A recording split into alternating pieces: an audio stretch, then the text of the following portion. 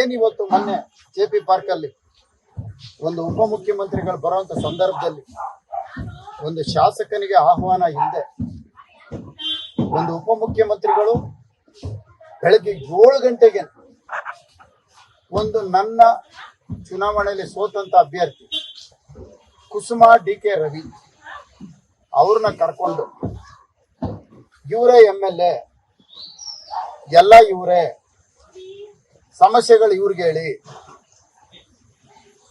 MLA Muniratnan ಬಗ್ಗೆ ಏನು ನನಗೆ ಬೇಡ, ಮುನಿರತ್ನಂಗೆ ಆಹ್ವಾನ ಕೊಡಲ್ಲ ಅಂತ ಹೇಳಿ ಆವತ್ತು ಅಲ್ಲಿ ತೊಂದರೆ ಕೊಟ್ಟರು. ಇವತ್ತು ಸೇಮ್ ಅದೇ ರಿಪೀಟ್. ನಾನು ಕೇಳಿದೆ, ಪಾಪ ಅವ್ರ ಹೆಸರು ಹೇಳೋದು ಬೇಡ ಅಧಿಕಾರಿಗಳು. ಸರ್, ಬೆಳಗ್ಗೆಯಿಂದ DK ಸುರೇಶ್ ಫೋನ್ ಮಾಡ್ತಾರೆ, ಕುಸುಮಾ ಫೋನ್ ಮಾಡ್ತಾರೆ, ಅವರಪ್ಪ ಹನುಮಂತರಾಯಪ್ಪ ಫೋನ್ ಮಾಡ್ತಾರೆ, DK ಶಿವಕುಮಾರ್ ಫೋನ್ ಮಾಡ್ತಾರೆ, ನೀವು ಗೋಡನ್ನ ಸೀಜ್ ಮಾಡು ಅಂತಾರೆ. ಗೋಡನ್ ಸೀಜ್ ಮಾಡಿಲ್ಲ ಅಂದ್ರೆ ನಮ್ಗೆ ಟ್ರಾನ್ಸ್ಫರ್ ಮಾಡ್ತೀನಿ ಅಂತಾರೆ. ಅದಕ್ಕೆ ಸರ್ ಗೋಡನ್ನ ನಾವು ಬೀಗ ತೆಗೆದು ನೋಡ್ಬೇಕು ಅಂತ ನಾನು ಹೇಳಿದೆ. ನೋಡಪ್ಪ, ಅದರಲ್ಲಿ ಏನು ಇಲ್ಲಪ್ಪ, ಪಟಾಕಿ ಇರಲ್ಲ, ಅದು ಒಂದು ಕುಂದುಕೊರತೆ ಸಾರ್ವಜನಿಕರಿಗೆ ಇಟ್ಟಿರುವಂತದ್ದು ಶಾಸಕರ ಕಚೇರಿ.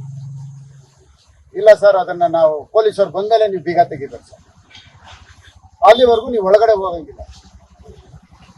ಆಯ್ತಪ್ಪ, ಹಂಗೆ ಮಾಡ್ತೀವಿ. ಬಂದೆ, ಎಲ್ಲಾರ ಇದರಲ್ಲೂ ಪೊಲೀಸರು ಇದರಲ್ಲಿ ಬೀಗ ತೆಗೆದೆ, ಒಳಗಡೆ ಬಂದ್ರು, ನೋಡಿದ್ರು, ಏನೂ ಇಲ್ಲ. ಅದಾದ್ಮೇಲೆ ಬಹಳ ವಿಚಿತ್ರ ಏನು ಅಂದ್ರೆ, ಒಂದು ಅಂಗಡಿನಿಂದ ಖರೀದಿ ಮಾಡಿ ಒಂದು ವಾಹನದಲ್ಲಿ ತಂದಿಟ್ಕೊಂಡು ಅವ್ರ ಮನೆ ಕೊಡೋದು ತಪ್ಪು ಅಂತ ಹೇಳ್ತಾರೆ. ಆಯ್ತು, ಕೊಡಲ್ಲ, ಬಿಟ್ಬಿಡ. ನೇರವಾಗಿ ಅಂಗಡಿನಲ್ಲಿ ಖರೀದಿ ಮಾಡಿ ಕಾರ್ಯಕರ್ತರು ಯಾವುದೋ ಒಂದು ಕುಟುಂಬಕ್ಕೆ ಸಹಾಯ ಮಾಡಕ್ಕೆ ತಗೊಂಡೋಗಿ ಕೊಡ್ತಾರಪ್ಪ. ಬಿಲ್ ಇರುತ್ತೆ, ವಿತೌಟ್ ಬಿಲ್ ಅಂತೂ ಇದೆ. ಇವತ್ತೊಂದು ಅಂಗಡಿಗೆ ಹೋಗಿ ಯಾವ್ದಾನ ಐಟಮ್ಗಳು ತಂದ್ಕೊಡು ಅಂತ ಹೇಳಿದ್ರೆ ಹೆಂಗ್ ತಂದು ಕೊಡ್ತಾರೆ. ಅದೇ ರೀತಿ ಕೆಲವು ಕುಟುಂಬಗಳಿಗೆ ಯಾರಿಗೆ ಅವಶ್ಯಕತೆ ಇದೆ ಆ ಕುಟುಂಬಗಳಿಗೆ ಪಟಾಕಿನ ಅಂಗಡಿಯಿಂದ ದುಡ್ಡು ಕೊಟ್ಟು ತಗೊಂಡೋಗಿ ಮನೆಗೂ ಕೊಡಬೇಡ ಅಂತ ಹೇಳ್ತಾ ಇದ್ದಾರೆ. ಪಟಾಕಿನೇ ಕೊಡಬಾರ್ದು ಅಷ್ಟೇ. ಇದು ಎಲ್ಲಾದ್ರೂ ಇದೆಯಾ ಇಂಥದ್ದು? ಆ ಕುಸುಮನಿಗೆ MLA ಆಗ್ಬೇಕು ಅನ್ನೋ ಒಂದು ಹುಚ್ಚು ಹಿಡಿದುಬಿಟ್ಟು ಯಾವ ಮಟ್ಟಕ್ಕೆ ಅಂದ್ರೆ ನೋಡ್ತಾ ಇದ್ದೀನಿ ಇತ್ತೀಚಿನ ದಿನಗಳಲ್ಲಿ. ಒಬ್ಬ MLA ಅನ್ನೋ ಗೌರವನೂ ಇಲ್ಲ, ಅವನು ಹೊಲಸು ತಿಂತಾನೆ, ಅವನು ಗೊಬ್ಬರದ ಹುಳ ತಿಂತಾನೆ, ಅವನ್ನ ಓಡಿಸ್ತೀನಿ,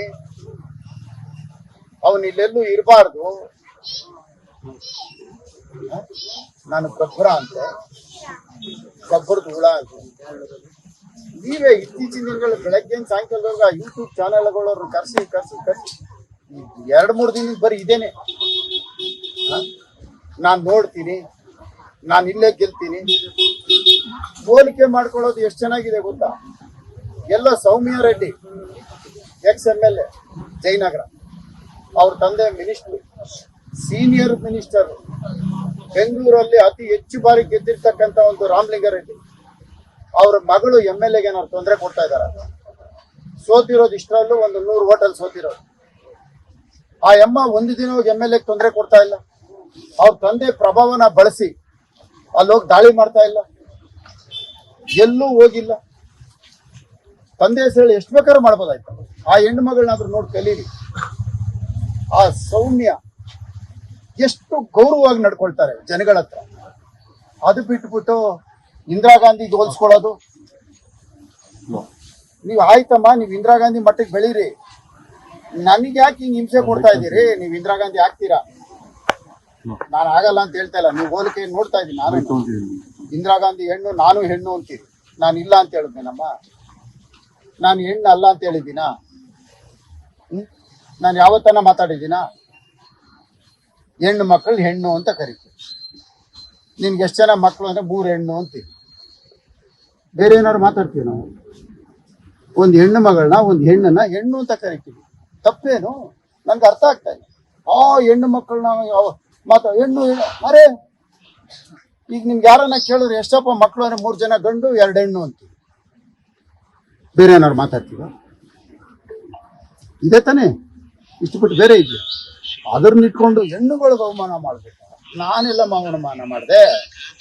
DK ರವಿ ಸತ್ತಾಗ ವಿಧಾನಸೌಧ ಹತ್ರ ಕೂತ್ಕೊಂಡು ಅಪ್ಪ ಮಗಳು ತಲೆ ಬಡ್ಕೊಂಡು ಬಾಯಿ ಬಡ್ಕೊಂಡು ನನ್ ಗಂಡನ್ ಕೊಂದ್ಬಿಟ್ರು ಅಂತ ಹೇಳಿ ಗಲಾಟೆ ಮಾಡಿ ಜಾರ್ಜ್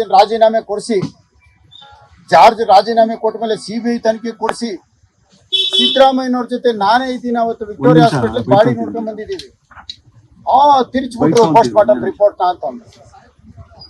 ಅಷ್ಟೆಲ್ಲ ಕಾಂಗ್ರೆಸ್ ಪಾರ್ಟಿಯಲ್ಲಿ ಗಲಾಟೆ ಮಾಡಿ ಅಪ್ಪ ಮಗಳು. ಆಮೇಲೆ ಏನಾಯ್ತು, ಲೇಟ್ರಾನು ಅಪ್ಪ ಚೇರ್ಮನ್ ಕಾಂಗ್ರೆಸ್ ಪಾರ್ಟಿ. ಈಗ ಮಗಳು MLA ಆದ. ಆ ಮಗಳನ್ನ MLA ಮಾಡೋದಿಕ್ಕೆ ಒಂದ್ ಕಡೆ ಹೋರಾಟ, ಈ ಅಮ್ಮ ಇಂದಿರಾ ಗಾಂಧಿ ಮಟ್ಟಕ್ಕೆ ಬೆಳೆಯೋದಕ್ಕೆ ಈ ಅಮ್ಮನ ಹೋರಾಟ. ಇದು ನನ್ಗಾಗಿರೋ ಅನ್ಯಾಯ. ಪಟಾಕಿ ಕೊಡೋದಕ್ಕೂ ಬಿಡ್ತಾ ಇಲ್ಲ. ದೇವ್ರು ಅವ್ರಿಗೆ ಒಳ್ಳೇದು ಮಾಡ್ತಾರೆ.